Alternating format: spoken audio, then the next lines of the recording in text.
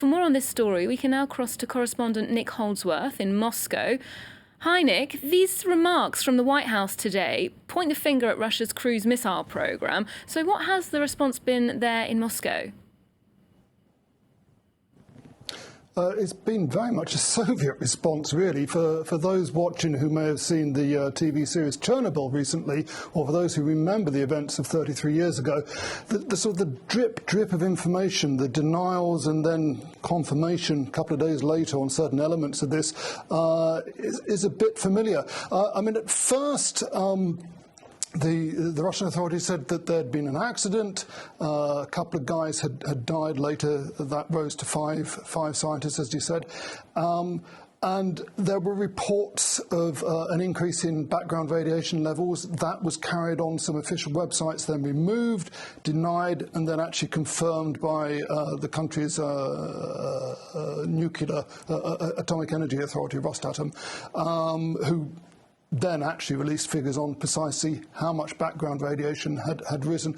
And again, it's only today that the Russian authorities have stated that the accident involved a liquid isotope for a nuclear-fueled propulsion system for a missile known in Russia as the Storm Petrel missile, and known in America as a Skyfall missile. And this is a type of a cruise missile, a nuclear-tipped cruise missile, very much the sort of missile which was controlled under the Intermediate Nuclear Treaty, that key Cold War nuclear treaty, which lapsed just a couple of weeks ago after America pulled out last year and the Russians followed suit a few months later.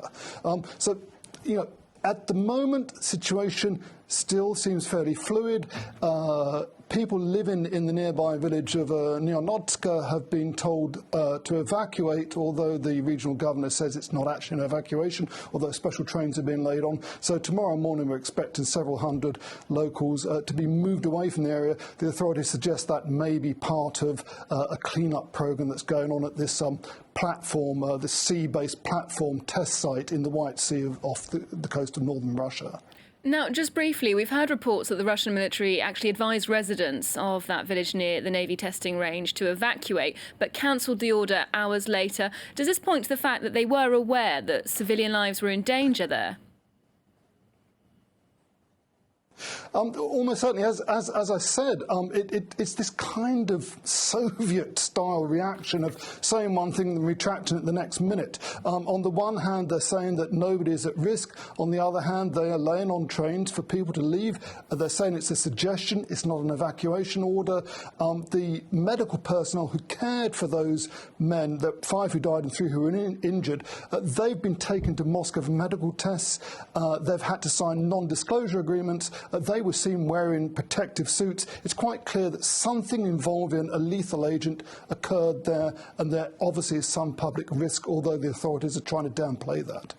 Thank you very much. That's Nick Holdsworth reporting for us from Moscow. Well, that's all for this update.